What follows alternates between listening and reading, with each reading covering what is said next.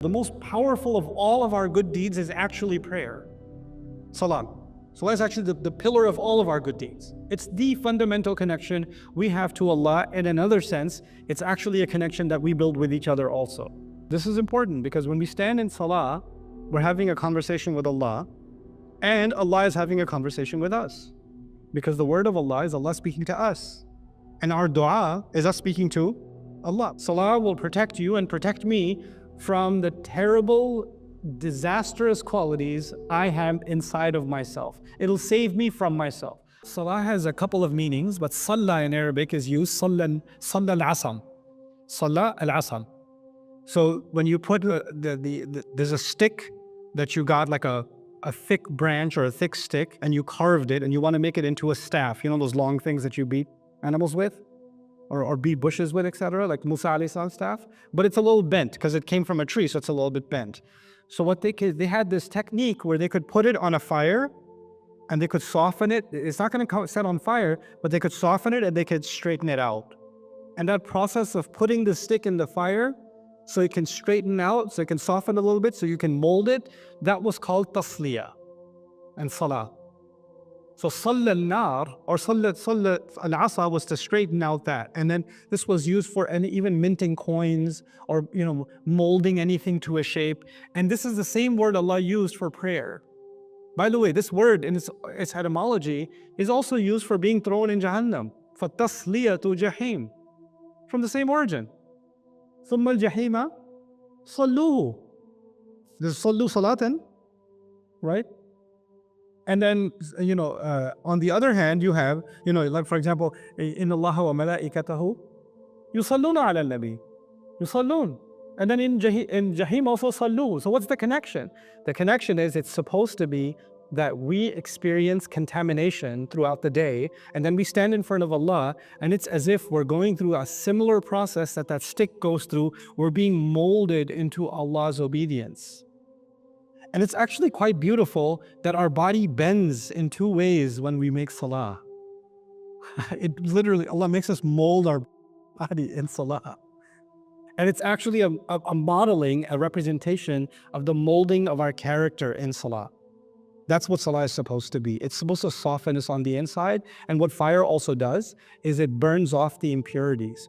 So between Dhuhr and Asr, I looked at certain things, I said certain things, I experienced some heedlessness in my life. I got a little dirt on me, I got a little contamination on me, and I stand in salah and all of that burns off. It cleanses off. I got a detox, a spiritual detox. This is illa al-musallin. And by the way, salah, as I was saying before, is something that has to be continuous, and it's coming, الَّذِينَ هُمْ عَلَى صَلَاتِهِمْ دَائِمُونَ, because the contamination is continuous. Which means the cleansing has to be continuous. You have to keep on going back and back and back. And so Allah says, the only people that can overcome this human tendency of halur, jazur, and manur are people that can become regular in their prayer. Illa al-musallin. So I already talked to you about how this is a synonym for Muslim. And in fact, even people that are being thrown in hellfire, a couple of surahs later, in Surah Al-Muddathir, they're going to look back and they're not going to say, oh, we weren't believers. They're going to say, قَالُوا لَمْ نَكُ مِنَ الْمُصَلِّينَ. We weren't people who prayed. Like they identified that was the real problem. We didn't stand in front of Allah. May Allah never make us lazy with our prayers. How is the salah itself a remedy from a lack of restraint, cowardice, and greed? Or halur, basically, right? How is salah protecting us from that? This is scheduled restraint throughout the day. First of all, no matter what you're doing, you stop and you go pray. It doesn't matter how greedy you were to make that sale. It's Jumu'ah time, you went. You left it. It's salah itself is teaching you everything can stop when it comes to Allah. Everything is stop. And even in salah, you restrain your eyes, or at least most people do. You restrain your limbs.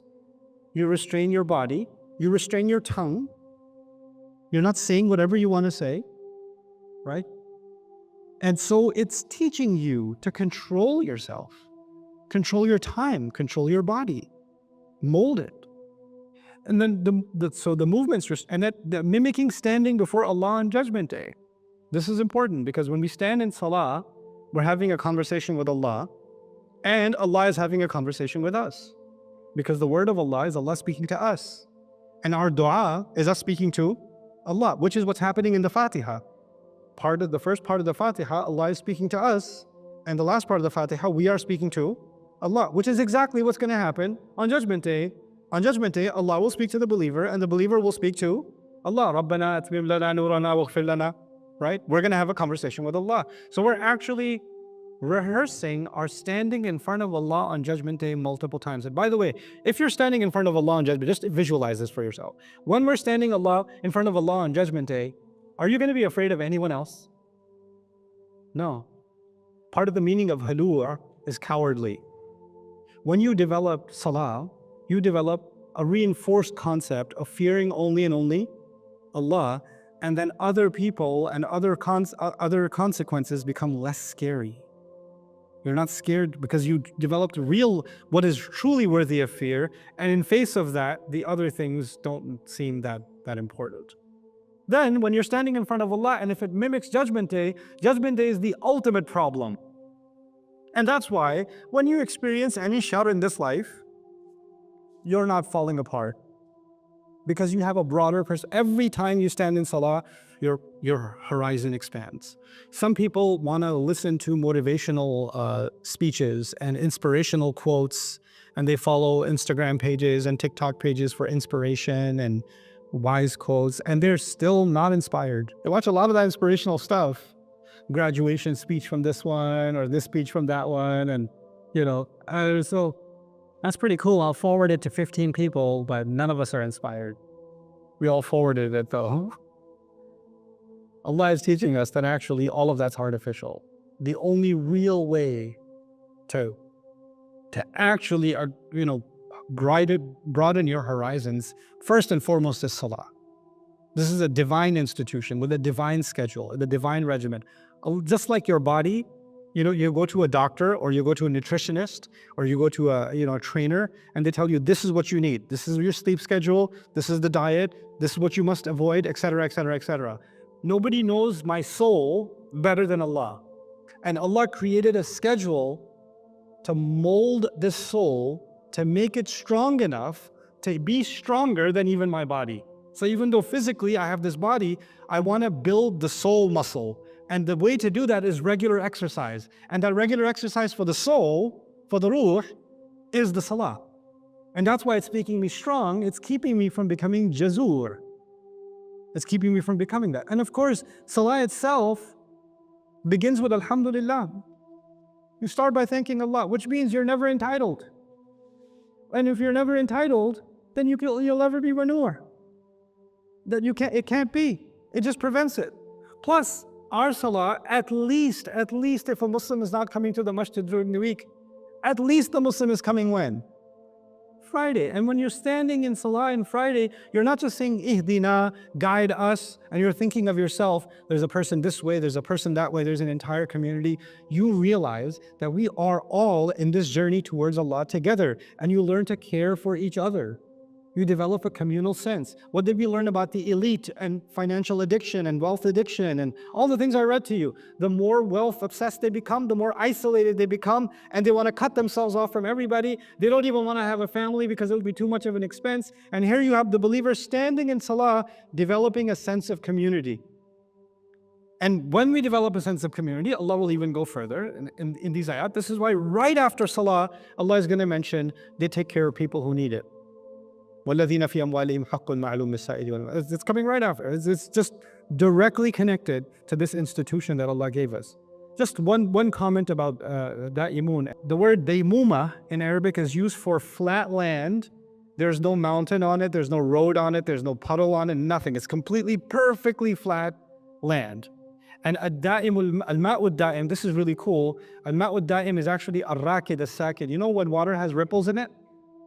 But if you have water that's so still, you didn't even know it's water until you stepped in it. That water that's so crystal clear that it's completely transparent, it doesn't even look like water, that's called al-ma' ad-da'im. And from it, basically, I'll juice all of the commentary that's there on this ayah.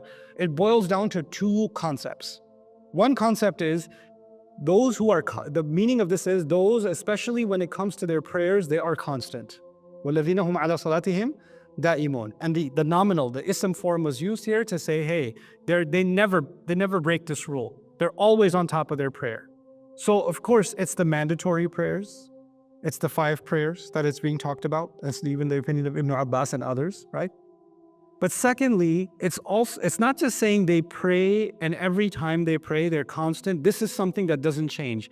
The meeting can change. The courses they're going to take in college, they won't take this course because it conflicts with Maghrib time, or they'll have a conversation with the professor. I need to leave the room and I need to go pray. Is that okay with you? Because I'm going to do that every single time until Maghrib time changes, until daylight savings or whatever else savings, right? So this cannot move. This has to be where it is. And if I'm in the middle of a meeting and it's prayer time, I'm letting you know ahead of time, I'm going to stop attending the meeting and I'm going to go to my prayer, right? So there's this, they're constant in their prayer. But the other meaning of da'im is also they're still in their prayer, like the water. They're calm in their prayer. They're not disturbed in their prayer. They're relaxed in their prayer. They're motionless in their prayer. They're not standing in prayer. And then they start looking at their feet. They start feeling their toes. How come when I move this one, the other one moves automatically? They're not having this entire experience. When they find calmness and stillness in the prayer. Like the world stops when they're in the prayer. You know, in Surah Al-Mu'minun, you have وَالَّذِينَ هُمْ فِي صَلَاتِهِمْ خَاشِعُونَ. And the khashi'un is the internal state. The internal state of, the feeling of awe. But here Allah is even referring to the internal plus the external state. You're just physically, you're just calm. You're just relaxed. Let the salah take over. Give yourself up. You just handed yourself over to God once you said Allahu Akbar. You let go. You're floating. Interestingly, the word for floating in Arabic is sabaha. And we begin with subhana. Right? So we let Allah, Allah just took over when we stand in salah. Some people are in salah and they're still communicating. Some moms worried about their kid when they're making salah, right? And the kid is about to touch the plate. Allahu Akbar. Alhamdulillah. Rabbil Alameen. It doesn't sound very Rahman Rahim when you say it like that. But this is the first thing Allah says. Look, by the way, it's such a cool thing to say, especially after Allah described human beings can get very agitated and jittery and disturbed, jazur. And Allah says, and in their salah they are what? Just still and calm and constant and stable. And when you can do that, you know what that does? It starts having an impact on your personality. It starts having an impact on how you deal with things outside. It's as if you're standing in front of Allah in salah, but you do that as regularly as possible. And what happens? You're also psychologically standing in front of Allah outside of salah. That's how Allah will describe salah. That's how Allah will describe salah. Allah will describe salah as, look, you have something inside you that is enough to destroy you morally in this life and definitely in punishment of the hellfire in the next life. It's that bad. That's the poison is already inside you. And the only thing that keeps that poison suppressed is what? Salah. But just like that medicine, you can't take that one time and say, I took it last year. So, or I take it every Ramadan. Like if my dad said I take my medicine every Ramadan, right? Or whenever I have time, I take it. Well, you're playing with. And medicine doesn't work that way. If you don't follow a certain schedule, you notice any medication you take, it has like, okay, take it at this many hours or this many hours and this much dosage, right? So it has to be at certain intervals. And if you don't follow the regimen, you're not going to get the results you need. And the results in this set of ayat is, it will protect you from yourself. Salah will protect you and protect me from the terrible, disastrous qualities I have inside of myself. It'll save me from myself. Other places in the Quran, Allah describes وَمَن يُوقَ شُحَّ نَفْسِهِ فَأُولَٰئِكَ هُمُ الْمُفْلِحُونَ. Whoever was saved protected from the greed of their own selves. Meaning, forget me being saved from the devil or me being saved from the enemy. Allah is also interested in me being saved from who? Myself. I gotta save myself from myself. We don't have in Islam this idea that somehow we reached a certain stage in our life, in our connection to Allah, that now we are cleansed, we no longer have spiritual issues. We no longer have moral problems. We graduated, we reached a certain maqam, and now we're pure. You know, in Catholicism, you can have the Pope who's pure, right?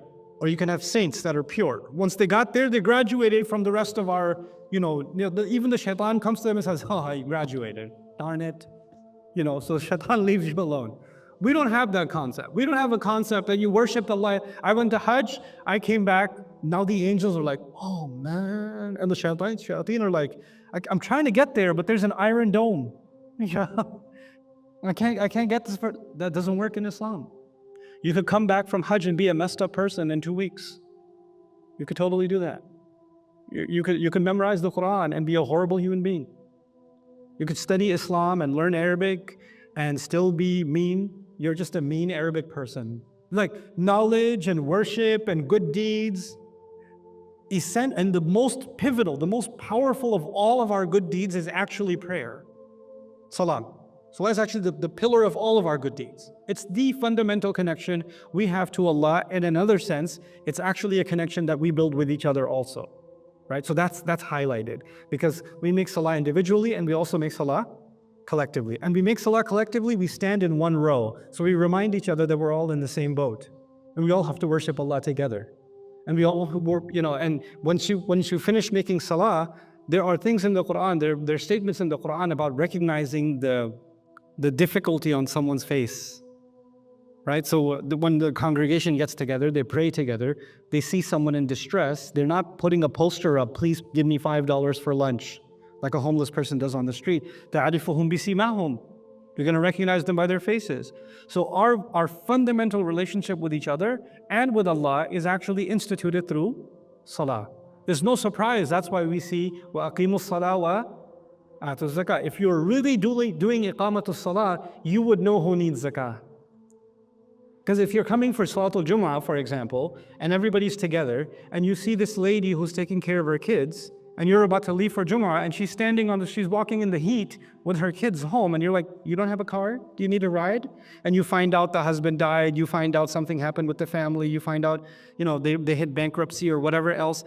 They weren't going to advertise, and they're not going to be on some humanitarian need website. They're not going to start a GoFundMe page. The only reason you found out about them is you did what? Aqimus Salah. So Aqimus Salah actually opens the doors for Atul Zakah. They're connected to each other, right? So, and we're going to see that here also. We're going to see Salah, and right after Salah, we're going to see وَالَّذِينَ فِي أَمْوَالِهِمْ حَقٌّ مَعْلُومٌ لِلسَّائِلِ وَالْمَحْرُومِ. Right, so Salah and giving will come next to each other.